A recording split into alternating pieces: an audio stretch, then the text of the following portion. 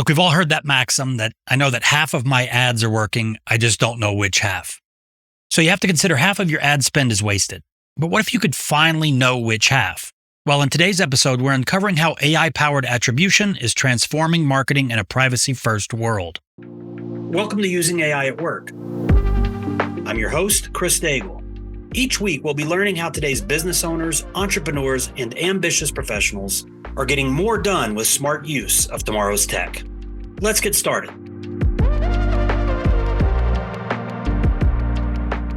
Today, I'm joined by Jeff Greenfield. He's the founder and CEO of Provalytics. After decades in marketing analytics, Jeff is leading the charge on solving one of advertising's oldest problems, proving which half of your ad spend is working. And now, with AI and privacy-first data, he's showing brands how to finally close that attribution gap. Listen in today and you'll discover why clicks don't tell the whole story and the overlooked metric that matters most. You'll also learn how Provalytics uses AI to reallocate wasted ad spend into measurable growth, and the surprising trends in non-click channels that will shape your next marketing strategy. So if you're tired of guessing what works in your marketing budget, this episode will change the way you think about attribution forever. Right now, every business leader is asking the same question. What are we going to do about AI? If this is you, ChiefAIofficer.com has the answer. We give you a simple path forward where we provide executive and team training so your people know exactly how to safely use generative AI in their day-to-day. We also manage the deployment and implementation to make sure tools actually get adopted and deliver results. And we'll also guide company-wide transformation so AI becomes part of your operating system, not just another shiny object. The companies that act now will increase productivity, cut costs, and grow faster than their competitors. Those that wait will get left behind. So if you want to make AI work in your business, visit ChiefAIofficer.com and see how we're helping companies of all sizes finally get results from AI. Hi, everybody. This is Chris Daigle. I'm the host of Using AI at Work. And today our guest is Jeff Greenfield, the CEO of Provalytics. They're basically delivering AI-driven attribution and planning, leveraging AI with a real focus on this privacy-first environment that a lot of marketers find themselves trying to cope with these days in outreach to prospects and clients. So before we get started, Jeff, if you don't mind, maybe just share a little bit about your journey and what got you here today to be on an AI podcast. Yeah. Well, thanks, Chris. I'm excited to be here today. I think, that what got me the most excited is I was a marketer for many years. I used to buy media for companies. And there's this kind of old problem that's been around for years. And it's this old adage. It's attributed to a famous marketer in the Midwest by the name of John Wanamaker. And that saying goes like, half the money I spend in advertising is wasted. The only problem is I don't know which half. So that problem has kind of, been a mystery for most marketers for many, many years. And I faced it myself. In fact, that's kind of what brought me along, towards where we're at right now. Back in around 2007, I was buying media for one of the publicly traded weight loss companies. And we ran into this problem. We were buying a lot of digital advertising and we were buying it on a CPA basis, meaning we didn't have to pay for the ads. We only had to pay when they brought us a new customer.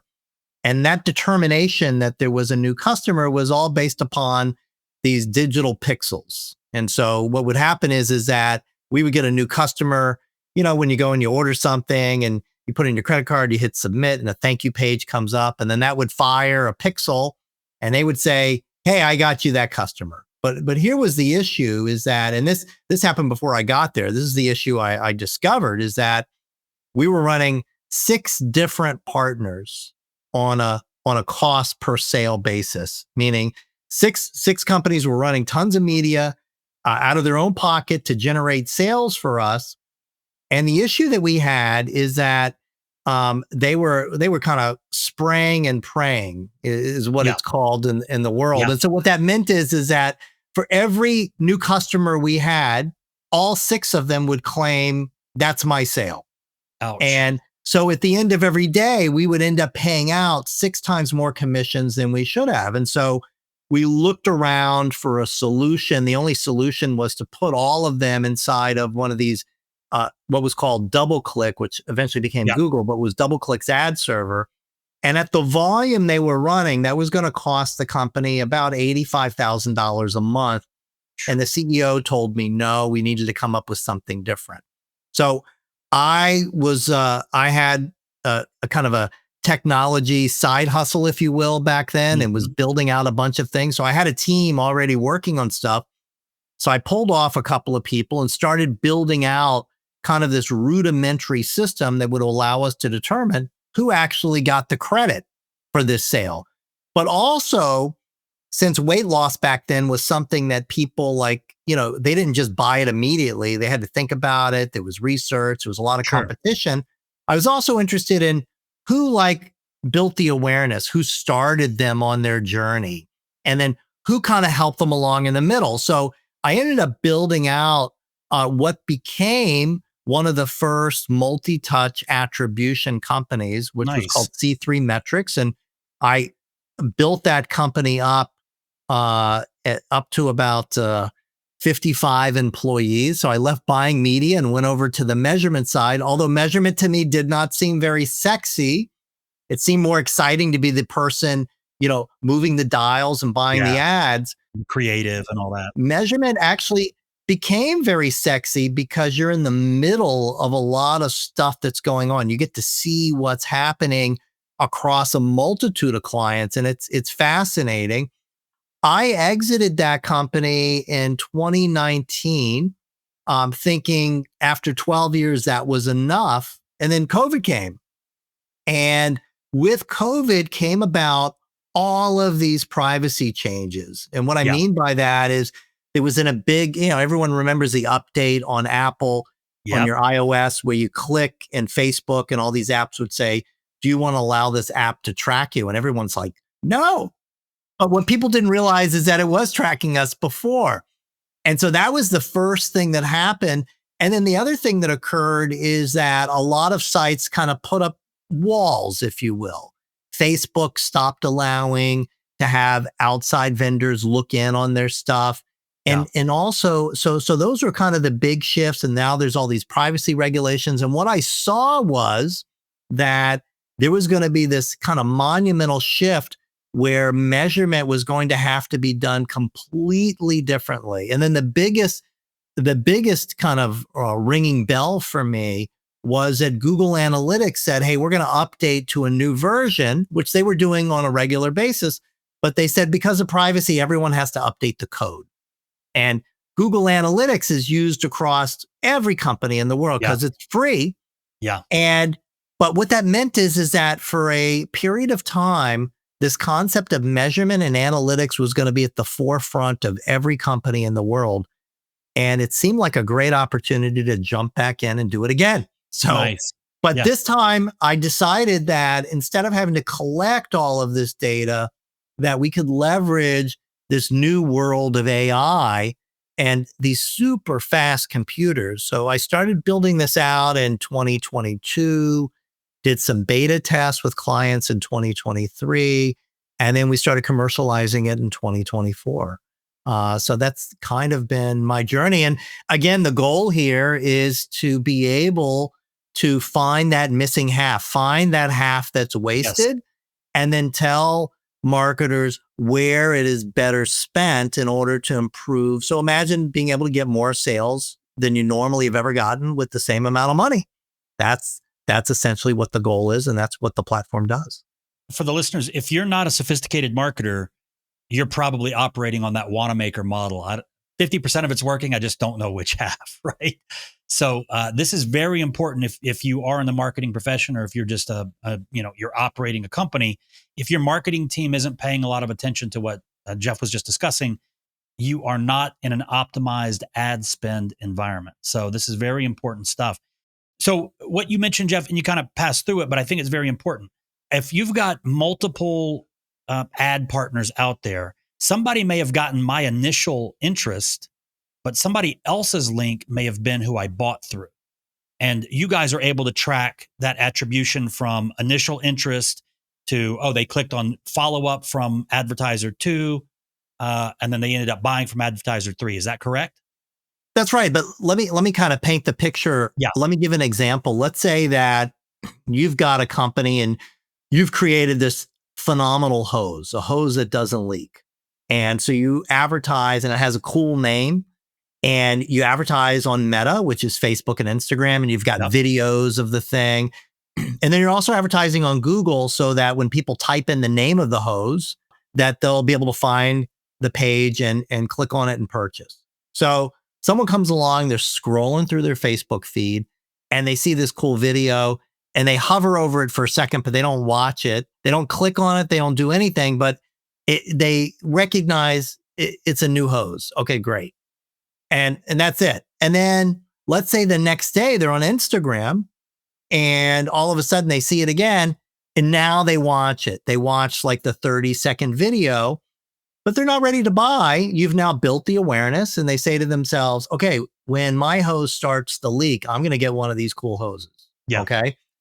Then they go out this weekend and decide to garden, turn on the hose and there's a leak in it. And they're like, oh, I should have gotten that hose. What is the name of that? They pull their phone out, they type it into Google and they click on the link and they buy.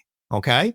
That's a typical scenario. So for most marketers, when they go into their Google Analytics and they look at that sale, what they're going to see is they're going to see that Google brought them that sale.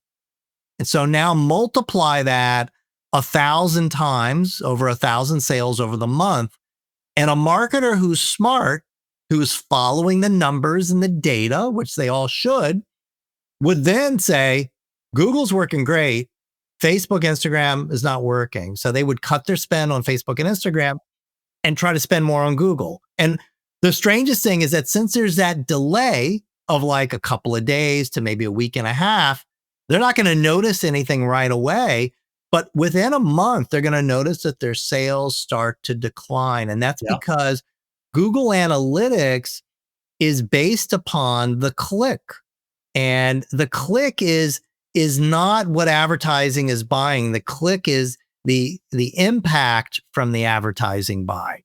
And marketers know that you want to find out what is driving that awareness. You want to build awareness. That's the job of advertising, is to get people's attention, not get clicks. But unfortunately, digital marketing has made it so easy and so simple for marketers to focus on the click. And we now have an entire generation of marketers that have moved money down to the bottom of this, you could call it your sales funnel. Sure. And they're all down there and they're all bidding against each other, which is why for most marketers that are listening, they're probably saying, hey, I'm getting fewer clicks this year than I did last year and I'm spending the same amount of money. And that's because there's competition and Google has to make more money. That's just the way it is. So this is fascinating because I've been in marketing and know the importance of attribution and tracking and all that kind of stuff, but I was focused on the click. So with Provalytics, you're saying that you guys are able to inform me as somebody who's making marketing decisions, not just where the sale came from, but where the initial interest was, sparked, where maybe a deeper review or some research by the client occurred or the prospect occurred, so that I'm not doing exactly what you said, which is just, all the sales are coming from Google and cutting off the part that really made the click in Google possible. Yeah, exactly. And we even go a step further. We actually calculate for you an accurate cost per sale or return on ad spend. And then we even go one step further than that. And then we tell you how in the next month or the next 60 days, how you could better redistribute your money so that you can get more sales. And it all comes down to the fact that most marketers today believe that you invest dollars to buy clicks. Clicks lead to leads or sales. Whereas how marketing actually functions is that you invest dollars to get attention. And that attention leads to awareness. And when awareness is built up to a certain enough level, people will walk into your store. If your store happens to be online, that will translate into clicks, and then that will lead to sales.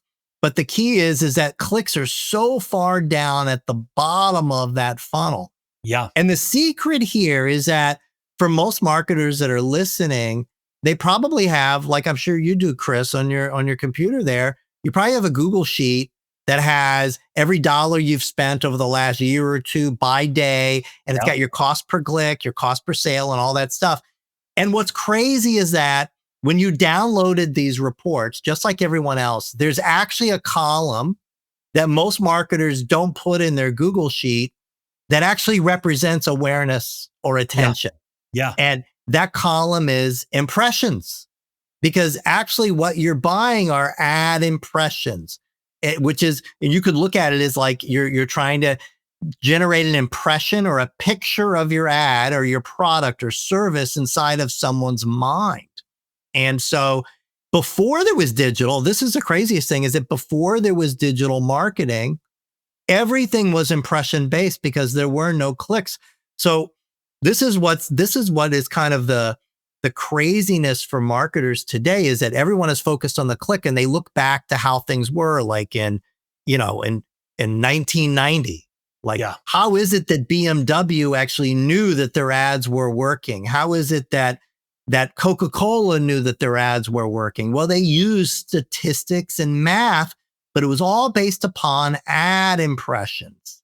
How many impressions were in market? They weren't interested in individual users. And what happened with digital is we learned that we could hyper target. We could actually target people that were in. If I'm selling cigars, I can find people that love cigars and spend over $1,000 a month in cigars. I can hyper target them.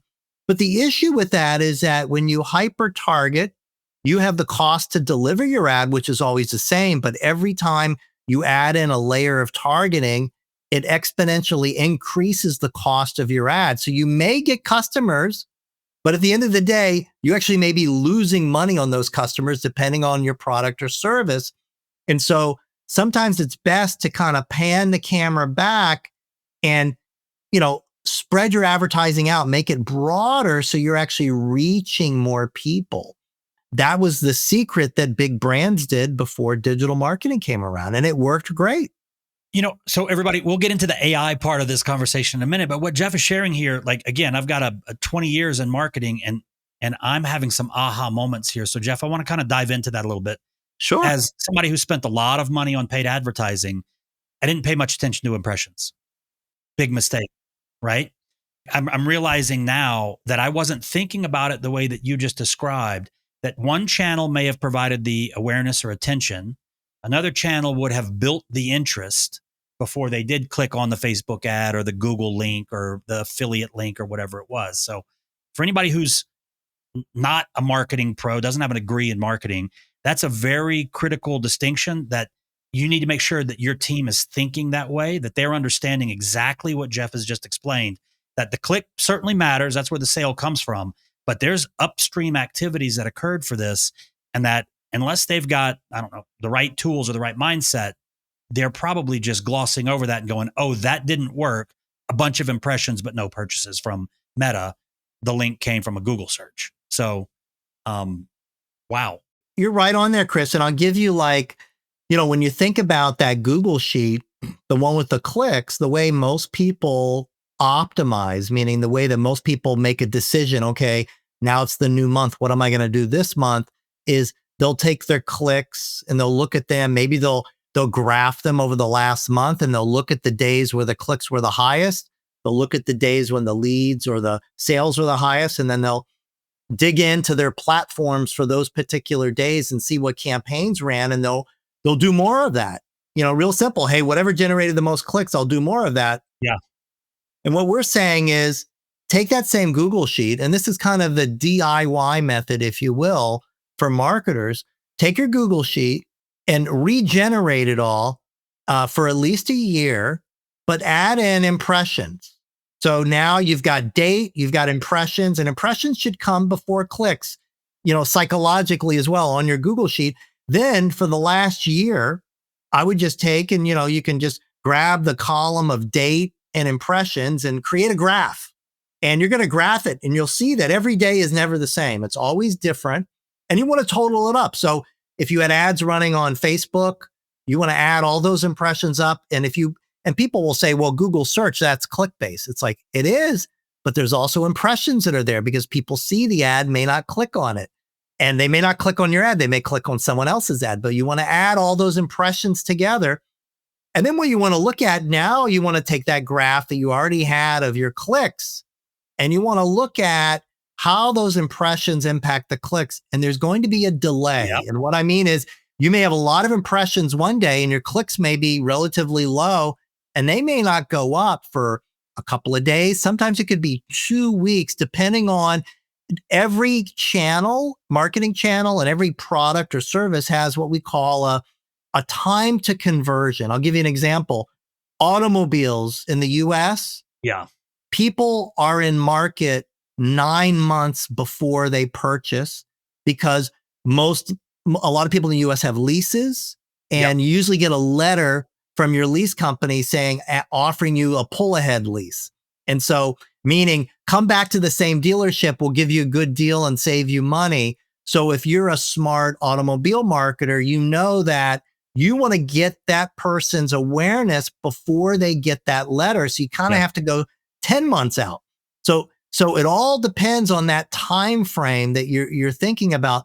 But what you'll start to notice is if when you see those impressions go up and you see that downstream impact, instead of going in and looking at the campaigns that were generating the clicks, look at the campaigns that were generating those impressions. And that's essentially, that's the secret that we do at Provalytics, is that we look at those patterns, but we look at them on a much, much larger scale and use machine learning and AI in order to do it. It's a lot of very sophisticated math that a single person with a spreadsheet could never do, ever. But you could do it yourself if you're a smaller marketer and you've got a handle on what it is you're spending on. So, Jeff, as I mentioned before we started recording, we tend to focus on generative AI, but I see here what's happening is you guys have custom algos and that sort of thing in a machine learning environment. This is very sophisticated application of AI. It's not ChatGPT generate something for me. No, not at all. In fact, we've just started thinking about utilizing a large language model, which is what ChatGPT is, to train them on the data sets that we output on behalf of our clients. No, this is definitely custom built completely. That's just a lot of very high level math. But it's interesting because we're borrowing from the past. We kind of went back to the future to see how did marketers do it before there was digital. And then we created the platform such that whenever new types of campaigns or platforms come out, all we need to be able to get are those impression numbers, which you can always get. An impression number is like how many views did a video have, essentially. Yeah. So I wouldn't even know the questions to ask to really dig in on the machine learning side, but I'm fascinated by what you guys are doing because, again, I've had some ahas already, and I realize we have been, I once had a mentor, he said, there's nothing that brute force and sheer ignorance can't solve. He was joking, of course, but it sounds like without this type of sophisticated analysis of your paid advertising, that a lot of us are operating on brute force and sheer ignorance, and that's the spend more on clicks, right? Well, you're 1,000% right on. In fact, I would even update that Wanamaker statement, because most of our clients, when they come to us, 80 to 90% of what they're spending on is completely wasted. It's actually losing them money. The numbers are astounding. And it's not because the folks that are running things are ignorant or stupid. They're actually following the script that was outlined for them by these, publicly traded platforms, especially Google, and they're following the numbers. And the reason they end up speaking to us is because they see that their competitors are constantly on connected television, or they're running out of home. And when they first see it, they're like, oh, that's never going to work for them because we tried it and it didn't work and we stopped it. And then after 6 months of seeing their competitor on TV, they're like, well, they're not dummies. Why are they doing this? I must be missing something here. And then the other big issue for a lot of marketers is that as a marketer, the one thing you want is you want more money so you can test out and try things. And for a lot of folks in corporate America, they have to go to the finance team, to the chief Yeah. financial officer to get budget.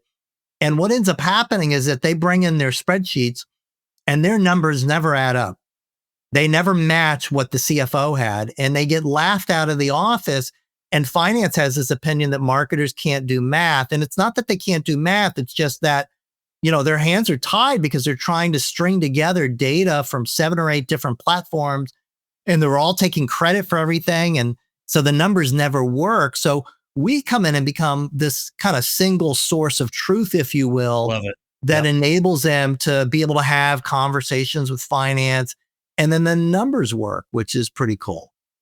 So who are your company size? And is there any pattern to the industry that tends to be clients of Provalytics?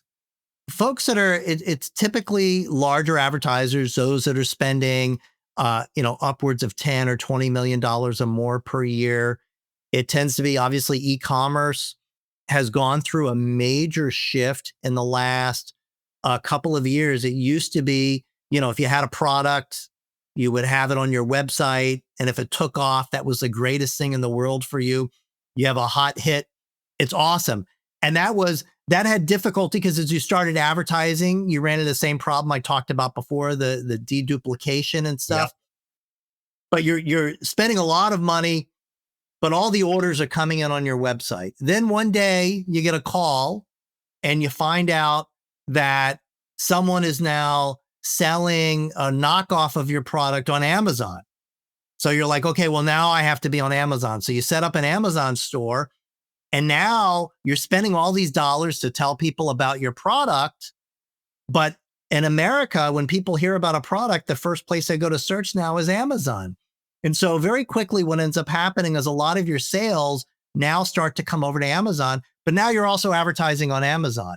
So now being able to tie all that together is nearly impossible because there's no Google Analytics for Amazon. And then Walmart says, hey, we'd love to have your product too. So now you're selling it online at Walmart. You're now in the store. Yeah. You're in Target. You're in CVS.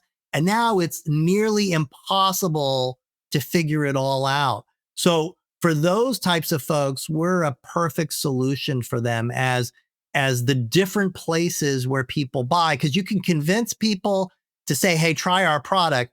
You cannot convince them where to purchase it from. Yeah. They're going to purchase it where they want to purchase it from. So e-commerce is great. Insurance, finance, healthcare, folks that tend to always be spending and have to deal with the ups and downs of the economy. They're perfect customers for our solution. So what would be the impact that you see clients typically getting going from we're focusing on, and I'm sure with this level of spend, they've got a little more sophistication at this than I do. But I would imagine that, are you doing a lot of re-education of the marketing teams when they connect with you? It's a lot of re-education of the marketing teams, number one. I would also say that you would expect, and most people would expect, that these large companies, they've got the best of the best marketers and the best of the best tools. The reality is something different. The reality is that even though they're smart enough to know that Google Analytics is wrong, that it's not the best direction, in corporate America and in large companies, consistency is more important than being right. And it's consistently wrong. That's one thing. It's always there. You can count on it, even though it doesn't give a complete picture. So sometimes some of the largest advertisers in the world are operating on the least sophisticated system because it's always been there. And what I say is our solution's not right, because there's nothing right, because nothing can get inside of a human being's mind to figure out what made them purchase. But I guarantee them that our system is less wrong than what they're currently doing. And that's really the key is, as a marketer, everyone thinks I want to go from 0 to 1,000 right away. And the larger companies, when you do that, you break everything. So you can't do that. That's why startups have an advantage. But what you want to do is you want to incrementally get a little bit better, or like I say, be less wrong every month and kind of move forward for there. So the impact to these teams is significant in terms of the return on investment. It's It's a huge amount in terms of cutting down their cost per sale or cost per action or significant increases in the return on ad spend. More important than that, though, is the education, not only with the internal marketing team, but across all of the different agencies that are involved. So this is another issue. The larger the company, the more cooks there are in the kitchen. Yeah. And every cook has their own perspective, which makes it even more difficult for the head of marketing to have a conversation with finance. So it makes things even more difficult. So that's kind of the larger scale impact is Yeah. what this single source does for everyone. It's interesting. Our chief AI officer, the way he puts that, he says, I don't want to be right. I want to be correct. And it seems Right. like that's exactly the paradigm that you guys are taking them into is being able to correctly map the sale to the attention, interest, decision, and action. So as far as like we're talking data here, being data driven, what type of impact do you see clients have when they go from the way that they've been doing it to the introduction of this more correct mapping of sale attribution? Like numerically, what do you typically see? Oh, we see about a 25 to 50% Wow. increase in the metrics across the board. The ROI is staggering, and it significantly decreases their stress level as well because Yeah. now they have a tool that they know is going to be able to capture that kind of branding upper funnel activity. And so for them as a marketer, what you want to do is you want to try new stuff. The only way you win in this game is to test. You'd have to test new Yeah. creative, new messaging, and then new places to advertise. And you get kind of a defeated feeling when you're in the last click world because nothing seems to work except for Google. And so this allows you to start testing things and actually seeing the impact and understanding how long it's taking for these things to have an impact. Okay. Interesting question. Now let's put the spotlight on Provalytics without giving away your secret sauce. How are you guys advertising? Oh, so that's a great question. It really is. I've been in this space since 2008. So, I've built up quite a network of folks and individuals that I've known throughout the years. For me, one of the most exciting things is when you go back and you look up, who's the chief marketing officer of a company. And you're like, in Oh fact, I was yeah. just having this conversation earlier today and I was saying to someone on my team, "Oh wow, I've been Yeah. connected with her since 2012. She was an analyst at a company now. Oh my God, Yep.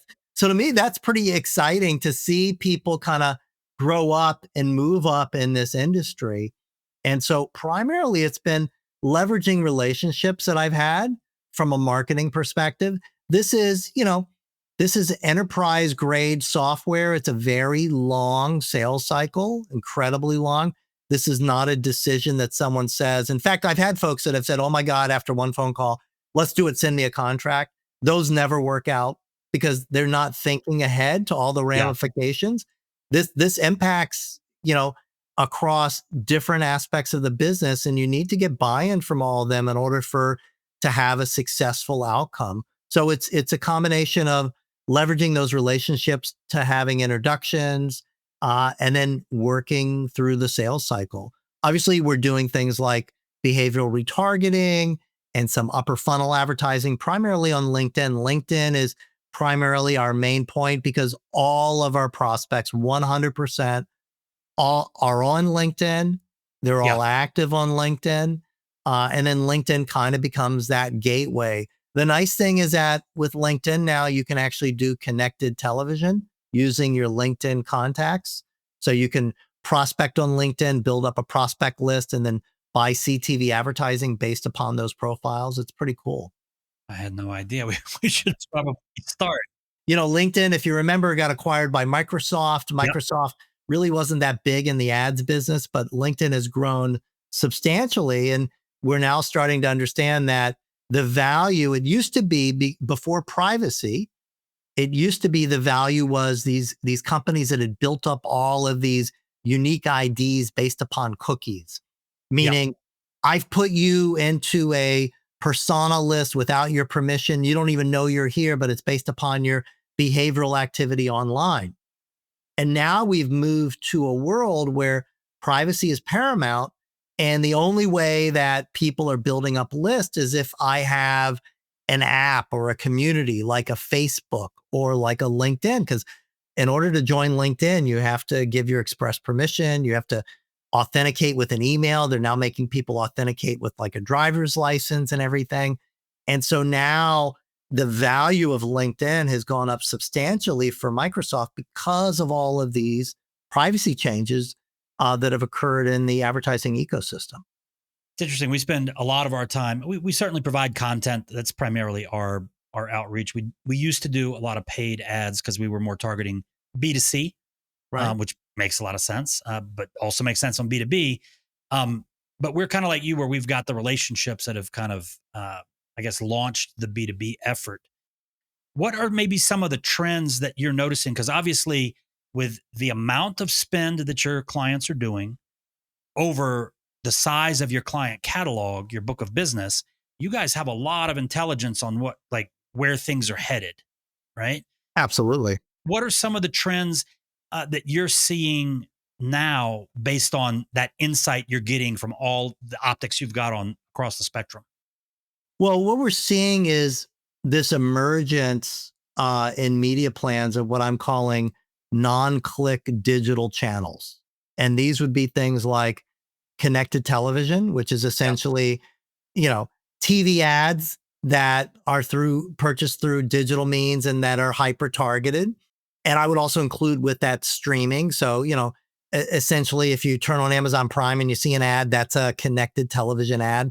They're targeted. They know who you are, type of thing.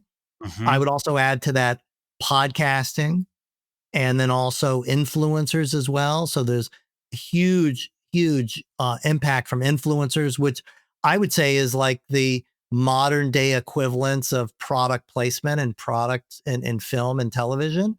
And then also out of home billboards are massive, have always worked. Really? Oh yeah, billboards are huge, especially in certain geos. But now a lot of the billboards, a significant number, have been digitized. We call it now Yes. digital out of home. And what that means is that it used to be to do an out of home ad, you had to pay for the advertising, but then you had to have the ad itself made that took weeks or months, and then it had to be pasted or painted up there. Now there's platforms you can log into and you can light up Wow. your digital out of home ad across the US in minutes because these ads rotate. So it's not a Yes. static billboard, they rotate. So it's pretty powerful. So smart. So kind of maybe a little tangent a little bit, but one of the things that you hear a lot, you guys, and the reason I'm asking you in particular is because you have a strong technical understanding. You've got a deep marketing background. I hear this a lot. I mentioned something, I've got my phone here and I mentioned, oh, we want to go to Cancun. And then all of a sudden I start seeing the Cancun ads in my LinkedIn feed, or maybe not LinkedIn, but like my Facebook feed or my Instagram or whatever. Any opinion on whether or not they're listening to us? Well, what I can tell you is that if there were ads like that were out there, they would obviously be for sale. And Ah, I haven't seen them for sale because good point. those would come at a premium. Yep. And I have not seen them. Now, it used to be there were apps on your phone that were always on and always listening unless you got rid of the app. And they would listen for certain words. In fact, there were apps on your phones that would actually, and what they were trained on is they were trained on certain TV ads so that they could validate that TV ads were actually running. So when you start to Ah, think about how vast the local, there's thousands upon thousands of local TV stations that run TV ads all throughout the day and night. And to validate from an advertiser's perspective that they're sure. actually running is nearly impossible. So they would use audio sometimes for that. But when you actually dig in and you find out, that you're thinking of Cancun and you mention it, it turns out that there was probably something else Yeah. that kind of led you down that path or kind of influenced you to get there to the first place? Like maybe you were viewing some travel stuff. And then it Yes. turns out because of your location and the time of year, there's a lot of people from your location who go to Cancun this time of year, and it just happened to come up. And then human beings, we tend to think in linear fashion. We go from A to B. In magic, I used to be a magician years ago. The way magic tends to work is that we take advantage of that. We don't have to go A to B, or, to get to C. I can just go direct to C and not tell you what I did. And that's but humans, we have to connect the dots. And so Yeah. sometimes the way we connect the dots is we're missing something. And the truth is, everyone has their own unique perspective of the world. I always use the example of, the car accident there's four corners there. The cops talk to someone, ask them what they saw. They cross the street and the Yeah. person says something completely and utterly different. Yeah. And it's their job to take those four opinions and build out a kind of a broader perspective on what actually occurred. But what I can say about those audio ads is that if they were available, they would definitely be for sale. They would be a major premium, and I would have seen them. Definitely.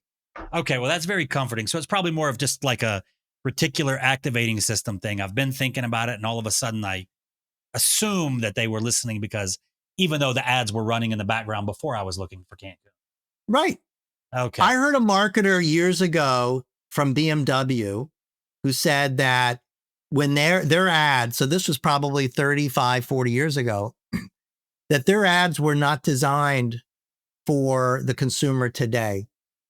He said that he was designing ads for 16-year-old boys so that when they grew up, they would aspire to drive a BMW. Now, that was a great time in marketing that you could plan that far ahead. Yeah. Today's world, you have to live on a quarter by quarter basis. But good marketing there's this emotional, unconscious aspect to storytelling that most marketers today forget. When you think about most of the ads you see, they're all based on some sort of special offer or benefits.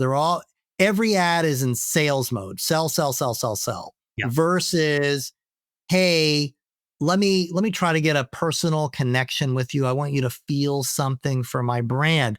When you do that and you invest in those really upper funnel branding, you can do an amazing job of imprinting your brand and making people feel good about it. A great example of this that we can see during COVID is that when COVID came, a lot of brands said, well, people aren't going to be shopping for this now. And so what they did is that they pulled their advertising because all their ads were benefits and sales and things like that. And the larger brands had been through this before, because anytime there is some sort of disruption or war, the brands that pull back lose market share and they never gain it back. The brands that shift their advertising from, instead of selling benefits and instead of trying to imprint you, that they say, we're here with you, we back you, and they spend their dollars to back whatever it is that, hey, we've got this, America, that type of thing. Those brands grab that additional market share because they're hitting the feelings that their consumers are feeling. And they're saying, we're aligned with you. And that's the advantage of being at that kind of upper funnel branding stage. To be able to do that that's really the game changer for a lot of brands. So Jeff, now we'll finally jump into the generative AI side of things. So we've got listeners, they're B2C, they might be employees of companies, they're B2B, maybe marketing. For those who aren't spending $10 to $20 million per year, and they still want the benefit of what perhaps a large language model can do in extracting this type of intelligence, maybe not to the depth that you guys can with your custom stuff. What would be some advice for them on how would you go about it if it was like starting tomorrow? Your neighbor says, hey, I could use some help. I sell hoses and we sell, a few hundred a month.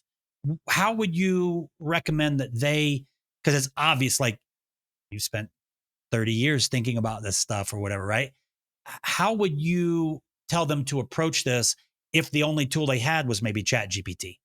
So what I would do is that I would take that same spreadsheet that I talked about, Yep. date, impression, clicks, sales, and I would take that spreadsheet, I would upload it to ChatGPT, and then I would take this podcast and I would download the transcript Boom. Yep. and I would upload it to ChatGPT and I would write a note that I listened to this podcast and it talked about how impressions impact clicks.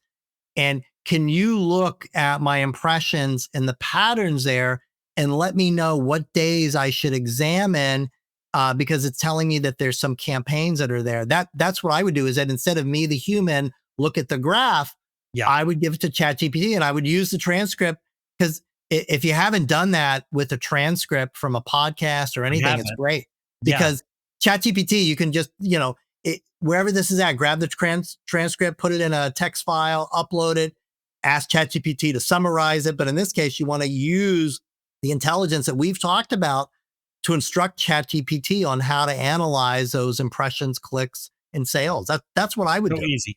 So Yeah. easy. Totally easy. Yeah. So for anybody listening, I think we'll have the full transcript in the show notes for sure. Jeff, do you teach this at all? Do you advise? Do you write books? Do you put out content? Well, I put out a lot of content. Going back to the question about from a marketing standpoint of view, I typically will add like a new video to LinkedIn. Again, that's our place of choice. Yeah. 3 times a week, Monday, Wednesdays, and Fridays. We put together a course on marketing and marketing attribution that's available on our website at no cost. And Wow. folks, they have to take a quiz. If they pass it, they get a certificate for LinkedIn. And then I do a lot of podcasts because the conversations I have are great. They make me think more about our business. And also it exposes to me other sectors that, I'm not currently thinking about. And I start to think about, okay, what are some solutions for those areas where there's a need at? And for us, like we built this platform primarily for brands. And this is a great example. And I was on a podcast talking to someone about agencies because an ad agency, sometimes they may only be buying the television for a brand. And even though the brand has their own way of measuring, the agency needs to be able to prove what they're doing is working. Yeah. And I started thinking about it. And then I looked at some of our clients' data and I took one of them and I removed everything except for the television and ran the data through our platform to see, like, is it taking all of the credit? And it didn't. It took a little bit more than it should have, but directionally, it was giving the same directional advice. And I realized that our platform's smart enough to know that there's probably other stuff going on that it's not aware of, and it's not going to get over credit something too much. And so just because of a podcast, I was able to then realize that we could start talking to agencies that are sitting in the scenario where I need a tool to be able to prove, we sell upper funnel stuff and it doesn't show up in GA4. How do I prove to our customers it's actually working? Yeah. It's brilliant stuff, man. I've really enjoyed this conversation. I have obviously a career based on marketing was a part of it, but not exclusively as a marketer. I've learned a lot. And for those of you listening, like this is stuff that your marketing team should be thinking about for sure. So Jeff, we're going to include the links to your LinkedIn profile and that sort of thing. But if people do want to maybe even engage Provalytics or find out more about the way that you guys approach marketing, what would be some of the resources that you would recommend that they do to find out more about you?